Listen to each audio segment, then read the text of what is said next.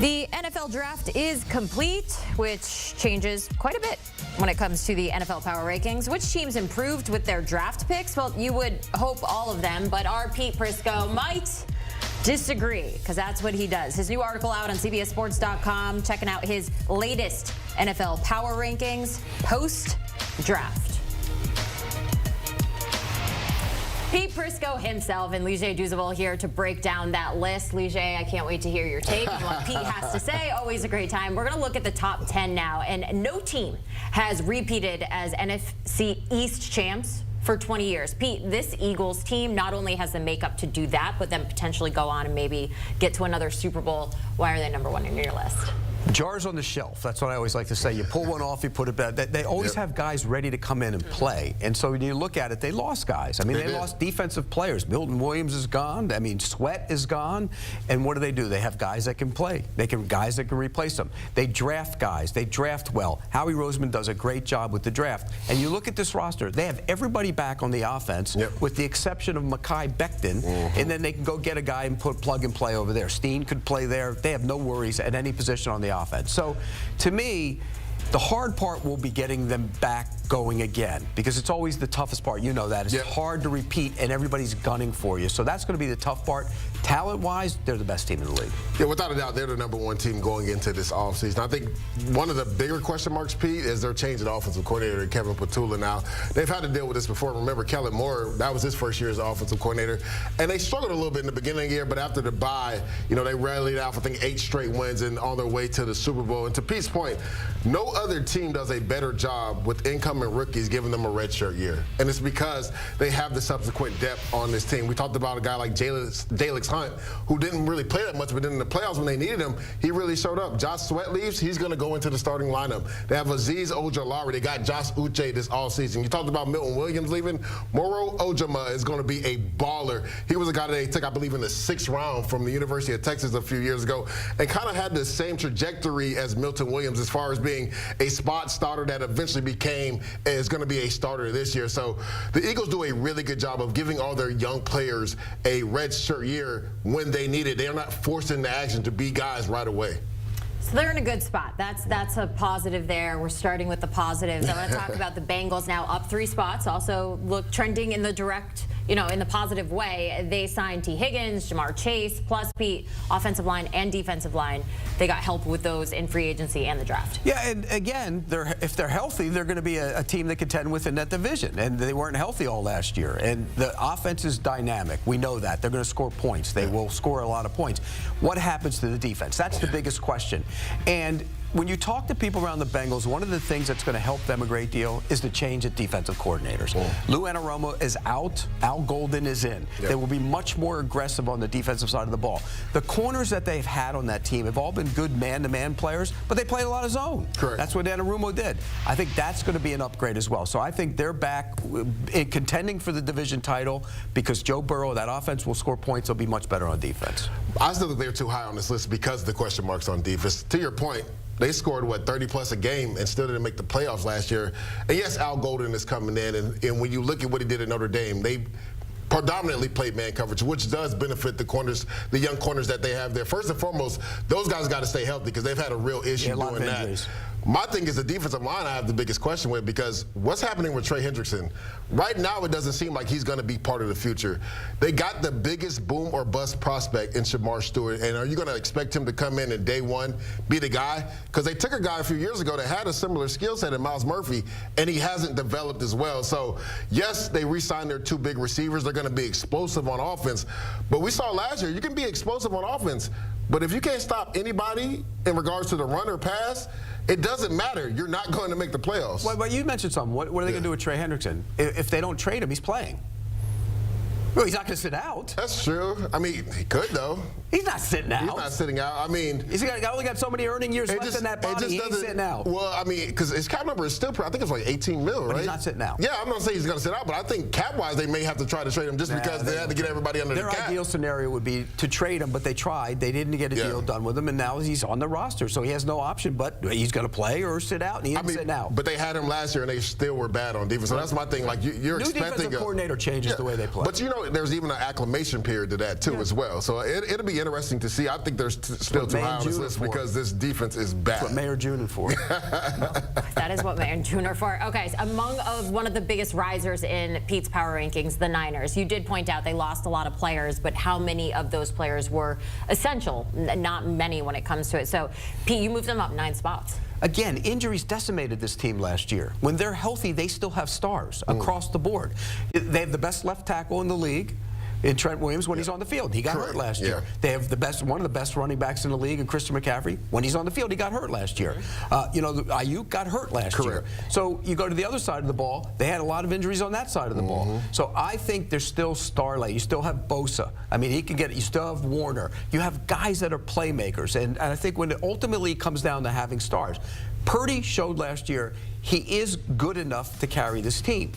Is he a $55 million quarterback? That's a whole other issue. But he's good enough to carry this team, and I think their stars are still around. The guys they lost, Deebo Samuel, he's not the same player anymore. Mason's a backup. Hufanga was okay. Greenlaw wasn't playing all year. Banks was a bad left guard. Ward is a hit because Ward didn't play that well last year, but he had a lot of stuff going on in his life. That one's a hit. Hargrave didn't play that well. Floyd's a rotational guy, and Collins was okay. It's just a group that's just okay. That is a lot of bodies, but just okay. I think this team is entirely too high. And I say this, Pete, you're right. If everybody's healthy, they're a pretty good team. But the lack of depth is what really concerns me, and that's what bit them this last year. Trent Williams is one of the best tackles when he's out there. He dealt with not only an injury, but some personal stuff as well. They lose Jalen Moore to the Kansas City Chiefs. And when you look at that current offensive line, yes, they signed DJ Humphries, but they don't have the subsequent depth. If somebody goes down, it's going to be a repeat of what happened last year, and Brock Purdy is going to be running for his life. Christian McCaffrey, that was an ugly injury. Are we sure he comes back and he's the same player that he was? Well, we can say that for every injured player. But I'm just saying, when you putting a team this high in your power rankings, you would assume that there is going to be some depth pieces moved around to make sure if somebody gets hurt, I'm assuming they're all playing. Well, let's go to the defensive side. Robert Saleh's back, right? Yeah. You saw their draft, right? Michael Williams, Alfred Collins, C.J. West, right? But I played in that scheme. Those body types don't fit that scheme. And there's a big concern there. Now, I know they wanted to get a little bit more stout against the run, but does that hurt the overall scheme is my question, because now you're banking on a first and second round pick to essentially be the spearhead of your defense, because the defensive line is what makes that defense go. That's what I'm saying. So, like, you're banking on these rookies coming in and being guys. But I will say this, though, Leger. Over the course of the last couple of years, that defensive line hasn't been very good. They've been run on. Guys have been blocked. But not when Saleh was there, though. No, but I'm just saying, the defensive line that they allowed to walk out the door, those guys weren't very good like last couple of years. But I'm just saying that's a lot to put on the plate of rookies coming in to be the guys, because that is what is the spearhead of that defense with Robert Saleh, defensive coordinator. All right, so we're talking D-line. I want to ask about the Cardinals next up. They added help on their D-line in free agency and the draft, so they got Josh Sweat, which we were talking about earlier, and also first-round defensive tackle Walter Nolan. Pete, cracking the top 20 now. Yeah, this team, all of a sudden, weakness of their defense has become a strength. For sure. You don't forget, they brought Calais Campbell back. He's one of the best guys around the league to have inside your building. He is a fantastic big body guy, but more than that, he's a leader. He'll bleed over to these guys. Tomlinson's a good player. I mean, across the board, they've added a lot of good football players to that defensive front. The defense played hard, tough, and physical last year because of their coordinator and their head coach. They're good coaches when it comes to defense, but they weren't talented. Now they're talented. It'll be interesting to see how they take the next step. But then we got to flip it over to the other side. Kyler Murray wasn't good down the stretch last year, and he's got to get his play back on track as well. I'm a little bit surprised with you, Pete, because, you know, the Cardinals were kind of like our darlings last year. We said that they were a year away, and this is supposed to be the year. So I'm surprised you have them all the way ranked at 20. I didn't like what I saw from Murray at the end of last year. Did you? The Vikings game and the Carolina Panthers game give you some cause. I actually talked to Jonathan Gannon about that at the league owners meeting. He said Kyler took those games hard, right? And he knows that for them to get where they need to go, he has to take another step. I actually have this team winning the NFC West this year. I believe the Cardinals will win the NFC. Wow. I'm saying it right now. I believe the Cardinals will win the NFC West just because of what you talked about, Pete. Even when they were talent deficient, how hard this team played, right? That's what was the missing piece. They actually needed the talent to equate with playing hard, and now they have that in Walter Nolan and Calais Campbell, Dalvin Thompson. Like, they have a bevy of rushers up front that can affect the quarterback. I always say the game is run by quarterbacks and guys that can affect the quarterback, and they have a bevy of those down. Then getting Will Johnson, if he's healthy, in the second round was a major steal because I thought they could, use an upgrade at corner too. Now they did sign Sean Murphy-Bunting as well to start at 1, and Starling Thomas played really well for them last year. Max Milton is a guy that could play in the slot, and they have one of the best slot corners in Garrett Williams. So now they have a team that has depth across the board on defense. It's going to come down to Kyler Murray. I also thought they could have used another receiver. I like Michael Wilson, but I thought they could have used another receiver. Little zip. Yeah, a little bit more speed. They could have used some speed to really get down the field and open it up for Trey McBride and also Marvin Harrison Jr. But I'm telling you, this is going to be a dangerous team next year. It's funny you say they're going to win a division, but any one of those teams can win that division, and any one of them can finish last, the way that division is right now. Some divisions are not as equal as others are. That's just the way that it is in the NFL. Let's go to the Patriots now, climbing their way back into your good graces. Pete, up 9 spots. Mike Vrabel and the staff added some key free agents on defense. Offense got help in the draft as well in this one. Pete, walk us through it. I'm a big believer in the quarterback. Okay. And I think the quarterback takes the next step in the second year. You get him a left tackle. I think that's important for them. Diggs comes in there. We'll see what he can be. I don't necessarily think that's a great move, but it'll be better than what they had. But you look at the guys they've added. Milton Williams, heck of a player. Carlton Davis. Now you give a pair of corners. With Gonzalez, that's as good as any in the league. Landry can rush the passer. Spillane's a good player. Moses will give him some. I don't love Bradbury. I'm not sure he's going to start, but you got a veteran in there. This group has improved across the board, and I think Mike Vrabel will instill his culture there. They're going to be tough. They're going to play hard. But I think Drake May's the biggest reason I think they move up. Yeah, I'm still a little bit concerned about the offensive line. Yes, they did get Will Campbell, Morgan Moses. You talked about Bradbury. Could he start, or will Cole Strange start at center or guard? There's some concerns in that interior of that offensive line. One thing I know, Morgan Moses, whether he's healthy or not, he will be out there starting at right tackle. And you heard what Will Campbell say. He's willing to fight and die to protect Drake May. So that's what you want to hear from your guys. That's what you want to hear from your left tackle. I would venture a guess he wouldn't be willing to die for it, though. You're just saying he was in the moment and he said that? Yeah. In the moment? I don't think I don't think so, buddy. Yeah, my question is the explosiveness on offense, which was the question last year. Now, they did get Travion Henderson in the draft.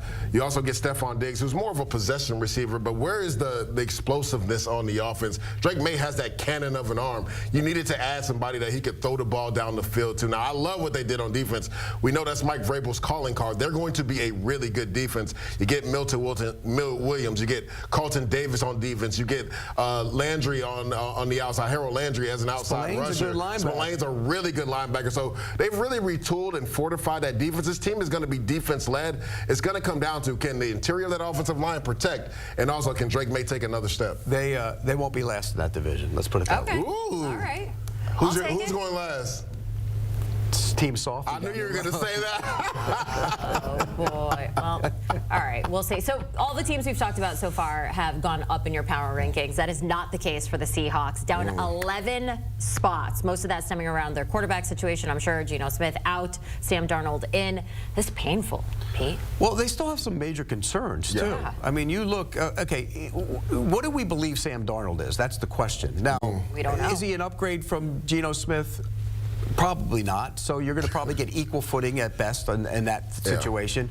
The offensive line, they've made some improvements there, but how much improvement are they? The tackles, look, the right tackle's still got an injury issue. That's a concern. Yeah. So how much better are they on the offensive line? So I think there's still some major concerns as it relates to this team. And I think last year we saw them defensively, they got better and better because I think McDaniel's a good defensive coordinator. McDonald, is a good defensive coordinator.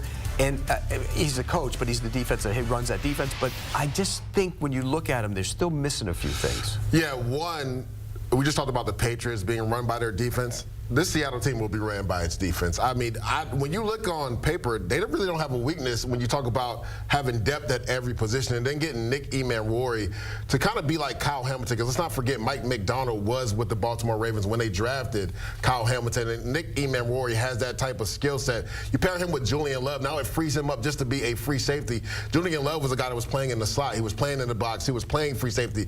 Now this frees him up just to roam around in the back end and pick the ball away. Devin Witherspoon's one of the best corners in all of football. But to Pete's point, the biggest question mark is the offense.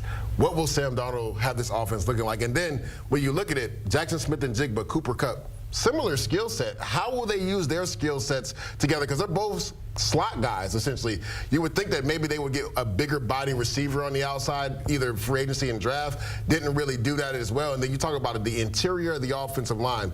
There's a question. Abraham Lucas at right tackle. Can he be healthy this year? To me, all the question marks on the offensive side. This defense is going to be a top 5 defense. But don't forget, they also have the gimmick. They could put Jalen Milroe in there and run some packages for him. He's a speedy one over there. All right, you two don't go anywhere. Pete Prisco, Leger Douzable, we got more coming from you. But for all the NFL news and analysis you could possibly want and need, you are in the right spot. Keep it locked right here on CBS Sports HQ for all of the latest. After the break, we're looking at NFL offseason grades, how the NFC East fared with free agency and the draft. That is next on HQ.